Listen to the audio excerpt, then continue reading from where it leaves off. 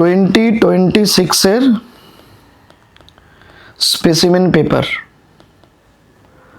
I hope যে সবাই specimen পেপারটা করেছো, ভালো করেই করেছো, বাট স্টিল একটা খুবই ইম্পর্টেন্ট সেকশন হচ্ছে আমাদের অপটিক্স।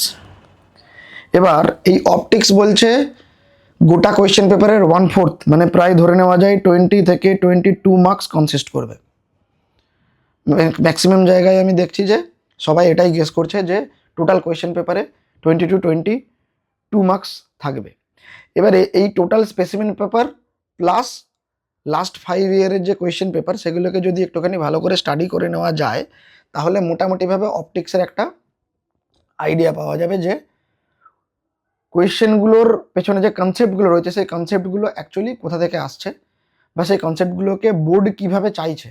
তো আমি মোটামুটিভাবে এখানে জট ডাউন করেছি, করে লাস্ট মিনিট তোমাদেরকে একটা আইডিয়া দেওয়ার চেষ্টা করছি যে কোন কোন বিষয়গুলো অ্যাকচুয়ালি আমাদেরকে মাথায় রেখে এক্সামে বসতে হবে, কোন কোন জায়গাগুলোতে কনসেপ্টগুলোকে বোর্ড বেন্ড করে কোয়েশ্চেন করছে এবং কোন কোন জায়গায় আমাদেরকে লজিক বা অ্যানালিসিসগুলোকে কিভাবে করতে হবে মোটামুটিভাবে এখানে বলে দেওয়া আছে। ধরে নেওয়া যায় যে এই পুরো কোয়েশ্চেনগুলো টোটাল 8টা টপিক আছে, টোটাল 8টা টপিক মাথায় নিয়ে এক্সামে বসলে এই অপটিক্সে 22 মার্কস আরামসে উঠে আসবে। তো ফার্স্ট টপিক যেটা আছে সেটা হচ্ছে রিফ্র্যাক্টিভ ইন্ডেক্স। রিফ্র্যাক্টিভ ইন্ডেক্স, এবার দেখো রিফ্র্যাক্টিভ ইন্ডেক্সের যে জেনারেল ইনফরমেশনগুলো রয়েছে সেগুলো আমরা সবাই জানি, যে ফর্মুলা কি, রিফ্র্যাক্টিভ ইন্ডেক্স দিয়ে কোয়েশ্চেন করা, রিভার্সিবিলিটি ল, আমি ধরে নিচ্ছি যে এগুলো তোমাদের পড়া হয়েই গেছে।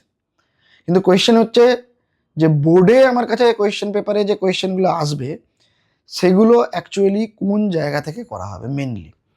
তো দেখো ফার্স্ট যে জায়গাটাতে কমপ্লেক্সিটি তৈরি করে বোর্ড সেটা হচ্ছে কি না, কালার।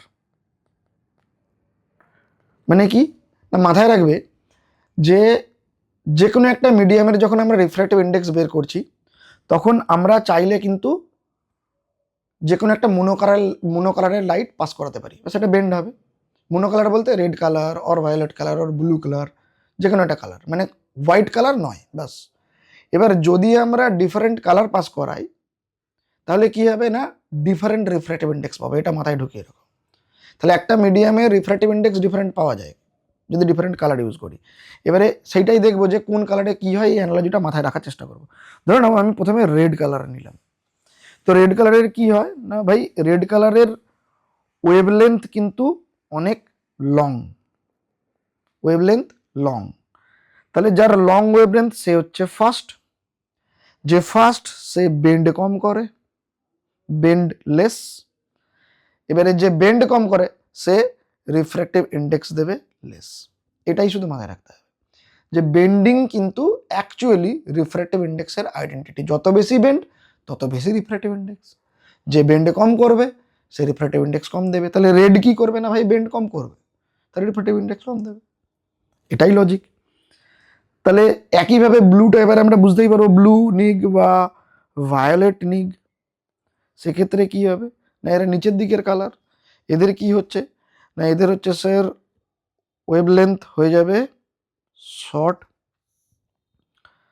ওয়েভলেন্থ শর্ট মানে স্লো, তার মানে বেন্ড মোর, তার মানে মিউ মোর। এটা থেকেই কোয়েশ্চেন হয় যে কোন কালারের রিফ্র্যাক্টিভ ইন্ডেক্স কিভাবে চেঞ্জ হবে, এটা মাথায় থাকলে কোয়েশ্চেনের অ্যান্সার ইজিলি দেওয়া যাবে।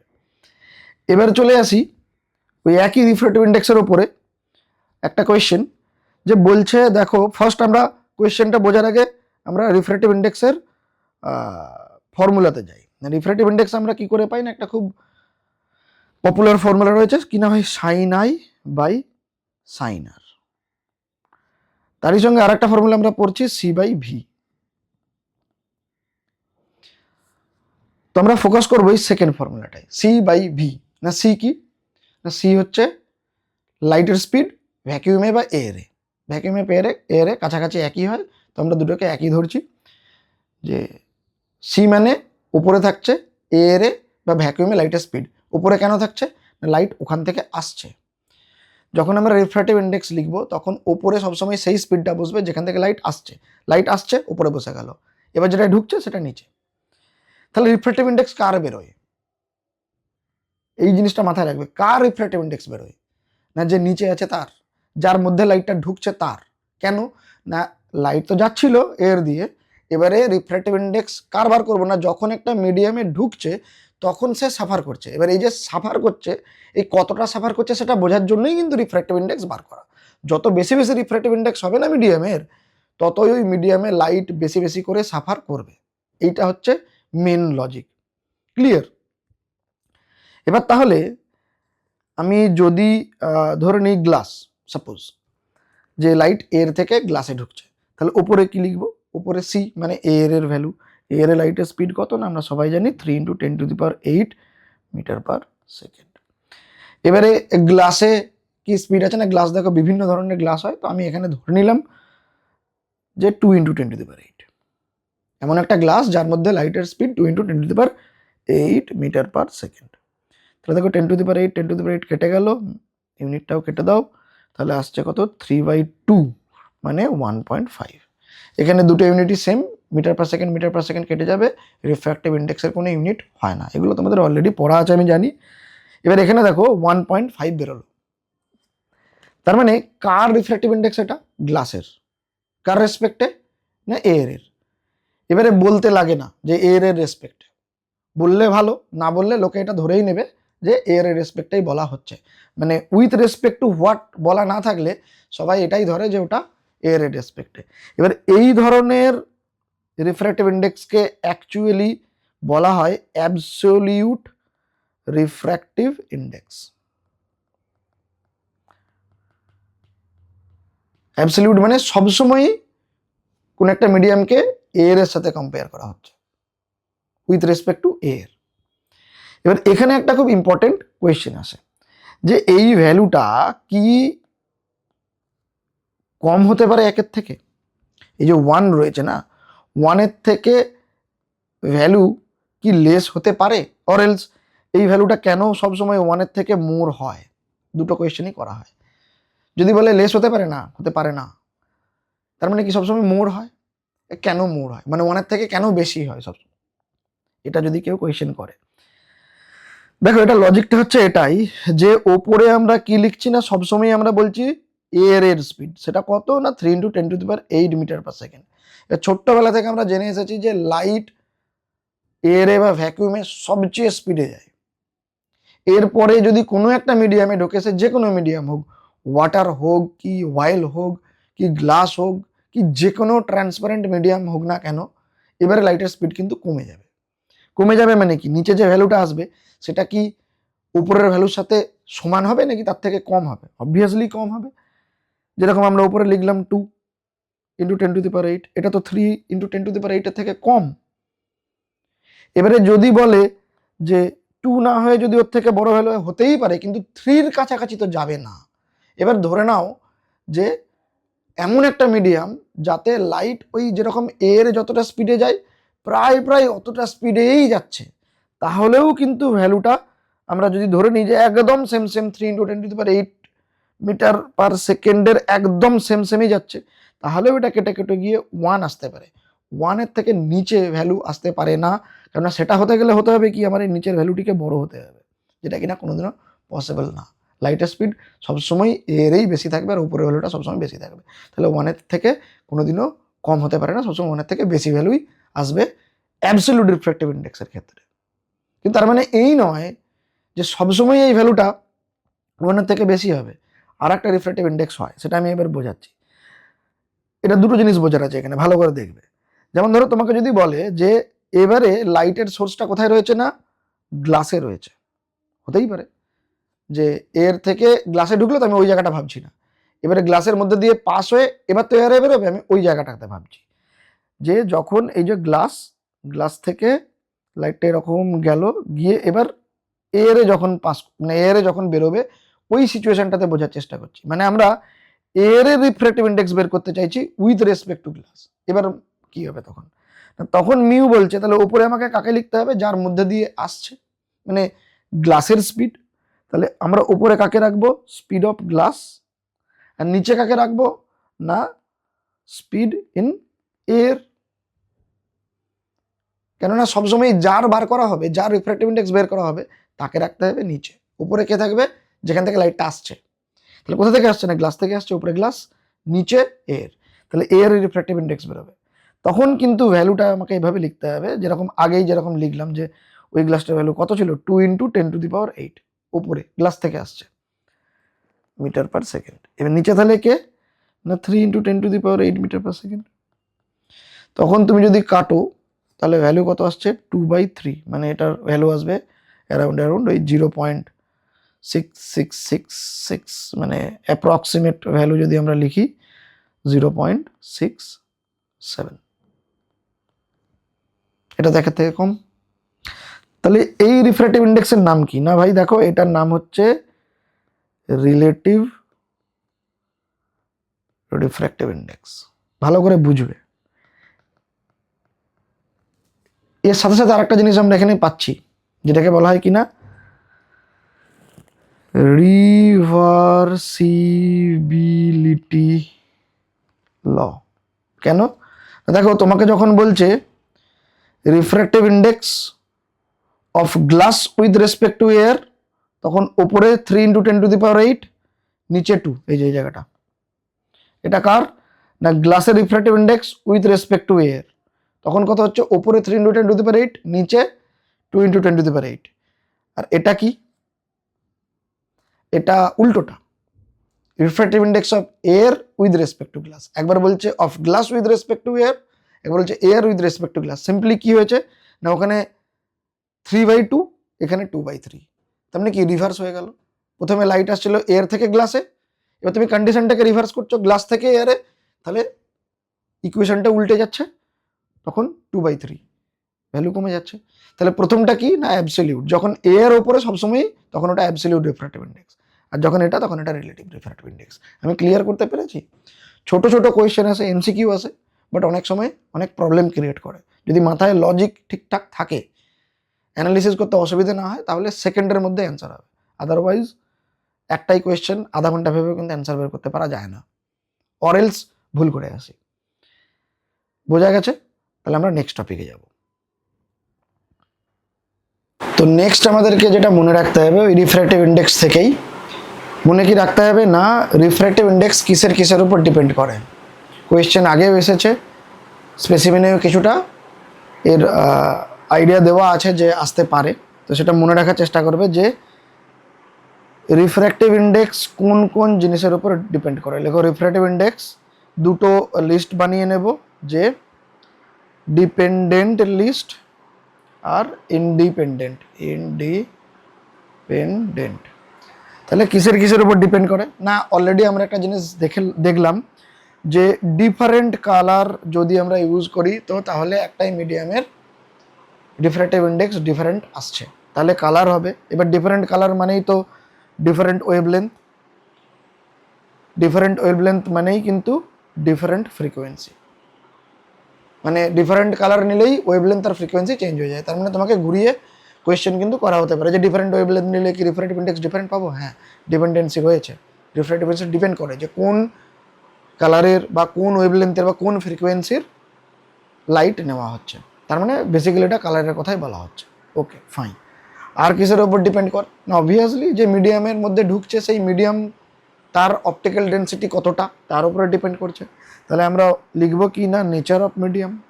নেচার অফ মিডিয়াম বলতে স্পেসিফিক্যালি কোন নেচারটার কথা বলা হচ্ছে? না তার অপটিক্যাল ডেন্সিটির কথা বলা হচ্ছে। অপটিক্যাল ডেন্সিটি তুমি প্রিসাইজলি বলতে চাইলে বলতেই পারো যে মিডিয়ামের অপটিক্যাল ডেন্সিটি কতটা, তার উপরে ডিপেন্ড করে।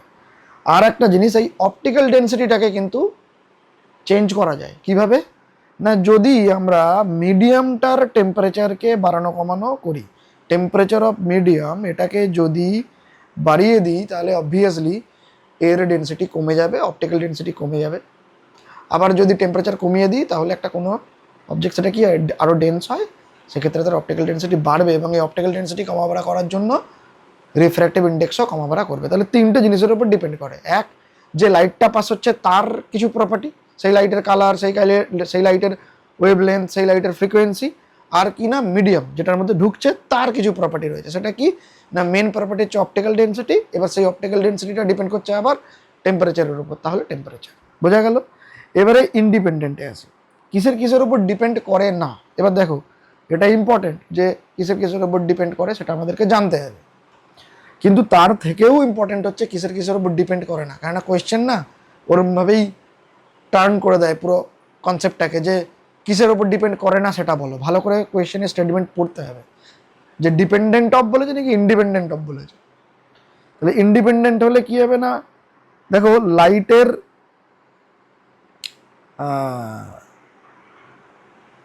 অ্যাম্প্লিটিউডের ওপর ডিপেন্ড করে না। অ্যাম্প্লিটিউড অ্যাকচুয়ালি লাইট, যেহেতু ওয়েভ তো একটা লাইট, তো এর অ্যাম্প্লিটিউড থাকবে, যে কোনো ওয়েভেরই অ্যাম্প্লিটিউড হয়। এবারে অ্যাম্প্লিটিউড কি করে, কোনো একটা লাইট কতটা স্ট্রং মানে কতটা বোল্ড অরেলস কতটা ফেন্ট, এটুকু শুধু ডিসাইড করে দেয়। তো এটার উপরে রিফ্র্যাক্টিভ ইন্ডেক্সের জেনারেলি কোনো কাজ নেই, ঠিক আছে। অ্যাম্প্লিটিউডের উপরে ডিপেন্ড করে না। আর কিসের উপর ডিপেন্ড করে না, না angle of incidence, angle of incidence. না দেখো তুমি যদি অ্যাঙ্গেল অফ ইনসিডেন্সকে চেঞ্জ করো তাহলে কি রিফ্র্যাক্টিভ ইন্ডেক্স চেঞ্জ হয়ে যাবে? দেখেন এটা খুব প্রবলেম হয়। কি প্রবলেম হয় না, যেহেতু আমরা জানি যে রিফ্র্যাক্টিভ ইন্ডেক্স মানে কি, রিফ্র্যাক্টিভ ইন্ডেক্স মানে তো সে সাইন আই বাই সাইন আর। তাহলে ফর্মুলাতে তো সাইন আই মানে এটাই তো অ্যাঙ্গেল অফ ইনসিডেন্স রয়েছে, তার মানে অ্যাঙ্গেল অফ ইনসিডেন্সের উপর ডিপেন্ড করবে না, একেবারেই না। কেননা সাইন আই যেরকমভাবে চেঞ্জ করবে না, সাইন আরও কিন্তু অ্যাডজাস্ট হয় মানে চেঞ্জ হয় তার সঙ্গে সঙ্গে, ভ্যালুটা তোমাকে একই দেবে। একবার কোনো মিডিয়ামের ভ্যালু বেরিয়ে গেলে এবার তুমি যতই তার অ্যাঙ্গেল অফ ইনসিডেন্সকে চেঞ্জ করো, ওই অ্যাঙ্গেল অফ রিফ্র্যাকশন চেঞ্জ হয়ে গিয়ে ভ্যালু তোমাকে সেমই দেবে, বারবার একই আসবে। এটা কিন্তু মাথায় একদম ভালো করে ঢুকিয়ে রাখো যে অ্যাঙ্গেল অফ ইনসিডেন্সের উপরে ডিপেন্ড করে না। এক বছর একটা এমসিকিউ কোয়েশ্চেন এসেছিল যে ইন্ডিপেন্ডেন্ট অফ হোয়াট, সেখানে কিন্তু ছিল অ্যাঙ্গেল অফ ইনসিডেন্সের উপর ডিপেন্ড করে না। এবারে যে 3 নম্বর পয়েন্টটা বলবো সেটা একটুখানি ফোকাস করতে হবে। বলে যে দেখো ফ্রিকোয়েন্সির ওপরেও ডিপেন্ড করে না। এটা ভালো করে বুঝবে। ফ্রিকোয়েন্সি তুমি বলবে যে স্যার এক্ষুনি তো বললে যে লাইটের কালার আলাদা হলে তার ওয়েভলেন্থ তার ফ্রিকোয়েন্সি চেঞ্জ হয়ে যায়। মানে ডিফারেন্ট ফ্রিকোয়েন্সির কালার মানে ডিফারেন্ট ফ্রিকোয়েন্সির লাইট নিলে তো তার আমরা ডিফারেন্ট কালার পাবো, তার মানে তো ডিফারেন্ট কালারের ডিফারেন্ট রিফ্র্যাক্টিভ ইন্ডেক্স বেরোবে। তাহলে আবার কেন বলছি যে ফ্রিকোয়েন্সির উপরে ইন্ডিপেন্ডেন্ট, এটা ভালো করে বুঝতে হবে। এখানে একটা কনসেপ্ট লুকিয়ে আছে যে অবভিয়াসলি তুমি ডিফারেন্ট ফ্রিকোয়েন্সির কালার পিক করলে, ডিফারেন্ট ফ্রিকোয়েন্সির লাইট পিক করলে ডিফারেন্ট রিফ্র্যাক্টিভ ইন্ডেক্স পাবে। কিন্তু এই জিনিসটা মাথায় রাখতে হবে যে যখন একটা লাইট একটা মিডিয়াম ট্রাভেল করে আর একটা নতুন মিডিয়ামে ঢুকছে তখন তার ফ্রিকোয়েন্সি চেঞ্জ হয় না, তখন তার ফ্রিকোয়েন্সি কিন্তু চেঞ্জ হয় না। সেই অর্থে বা সেই রেসপেক্টে কিন্তু ফ্রিকোয়েন্সির উপরে ডিপেন্ড করে না।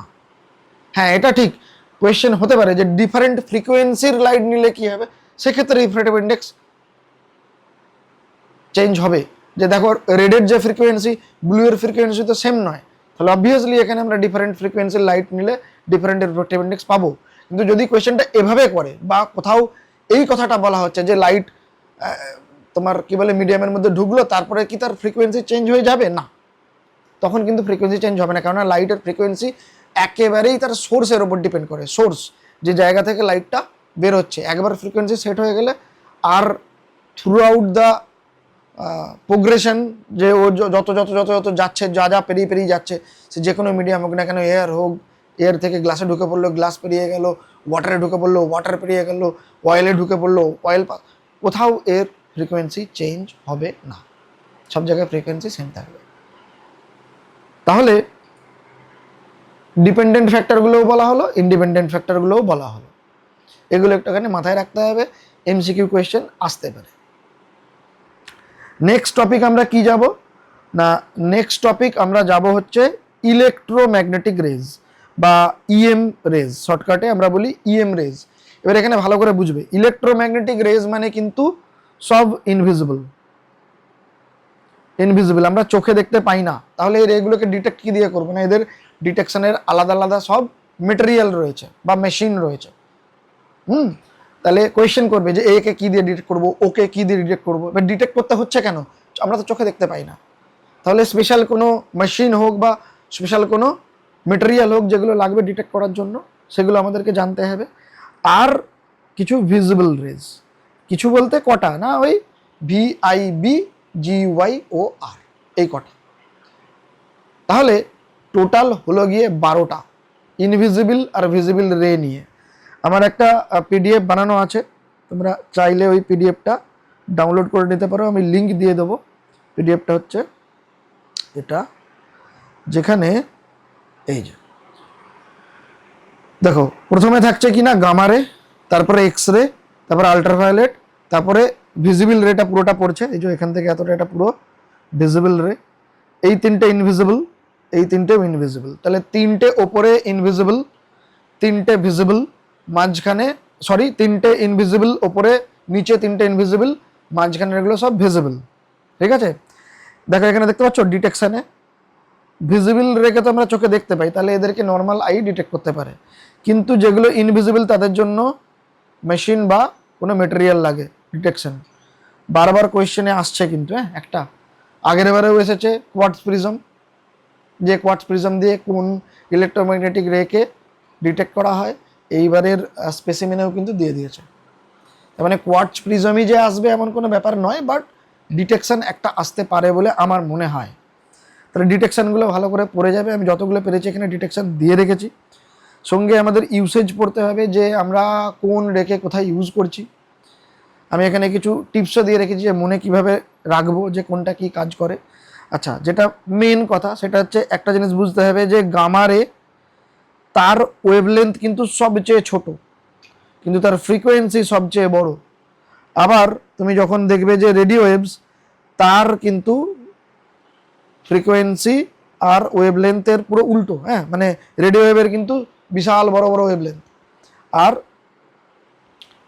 তোমার ফ্রিকোয়েন্সি হচ্ছে ছোট। আবার এখানে একটা কোয়েশ্চেন স্পেসিমেনে দেওয়া আছে, বা 2025-এও কিছুটা কোয়েশ্চেন তুমি দেখতে পাবে যে কিনা ইউসেজে একটা জিনিস খুব জিজ্ঞাসা করা হচ্ছে, যে মাইক্রোওয়েভ আর রেডিও ওয়েভ। না, মাইক্রোওয়েভ কিন্তু এক ধরনের রেডিও ওয়েভই, কিন্তু রেডিও ওয়েভের থেকে মাইক্রোওয়েভের ওয়েভলেন্থ কিন্তু একটুখানি ছোট। তাহলে এই দুটোকেই কিন্তু কমিউনিকেশনের কাজে ইউজ করা হয়, দুটোই বইয়েতে লেখা আছে কমিউনিকেশন। তো তোমাকে কোয়েশ্চেন করবে যে কোন ধরনের দুটোই যদি কমিউনিকেশন হয় তাহলে দুটোর মধ্যে তফাৎ কি না। দেখো মাইক্রোওয়েভ কিন্তু স্পেসিফিক ডেটা ক্যারি করতে পারে, মানে খুব প্রিসাইজ লোকেশন যদি আমাদেরকে জানতে হয় তাহলে আমরা মাইক্রোওয়েভ ইউজ করব। যেরকম জিপিএস ওয়াচে কি ইউজ হয় না, মাইক্রোওয়েভ। কিন্তু যদি আমরা স্যাটেলাইট কমিউনিকেশনের কথা বলি তাহলে আমরা রেডিও ওয়েভ ইউজ করবো। যেখানে প্রিসাইজ লোকেশনের দরকার নেই সেখানে রেডিও ওয়েভ ইউজ হবে, এই জায়গাটা খেয়াল করে পড়বে। যাই হোক, কোন একটা পার্টিকুলার রেকে পড়ে না গিয়ে সমস্ত টোটাল 12খানা রয়েছে, gamma, X ray, ultraviolet, then পুরো violet, blue, green, yellow, orange, red মানে VIBGYOR, then infrared, microwave, radio wave. এদের সবার ওয়েভলেন্থ মুখস্থ করতে হবে এমন কোনো কথা নেই। তোমাকে কেউ জিজ্ঞাসা করবে না যে এর ওয়েভলেন্থ কত, বাট তোমাকে লজিকটা মনে রাখতে হবে যে কোন মানে কিভাবে ওয়েভলেন্থটা, মানে ওয়েভলেন্থ কি হচ্ছে, বাড়ছে থেকে কমছে নাকি ফ্রিকোয়েন্সি বাড়ছে থেকে কমছে। দেখো বুঝতে হবে যে সবচেয়ে গামারের ওয়েভলেন্থ বেশি, রেডিওতে গামারের সবচেয়ে ওয়েভলেন্থ ছোট। যত নিচের দিকে নামছি কি হচ্ছে না, ওয়েভলেন্থটা বেড়ে যাচ্ছে, ফ্রিকোয়েন্সির দিক থেকে পুরো উল্টো।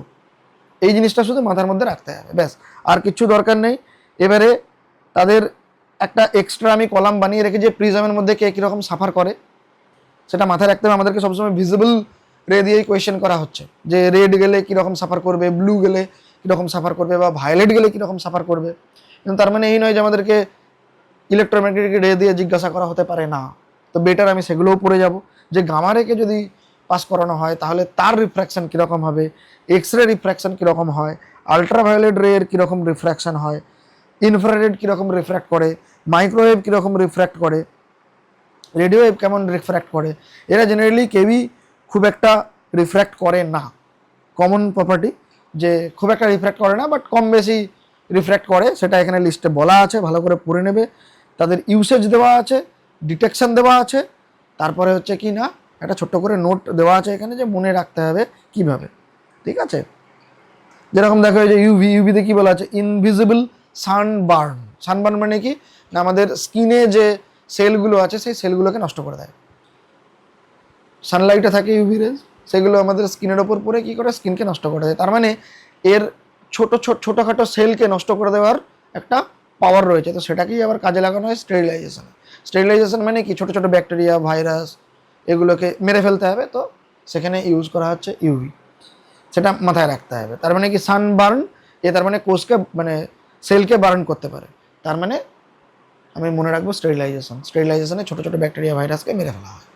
তো এরকম এখানে বেশ কিছু নোট দেওয়া আছে, পড়বে, ক্লিয়ার হয়ে যাবে। ওকে।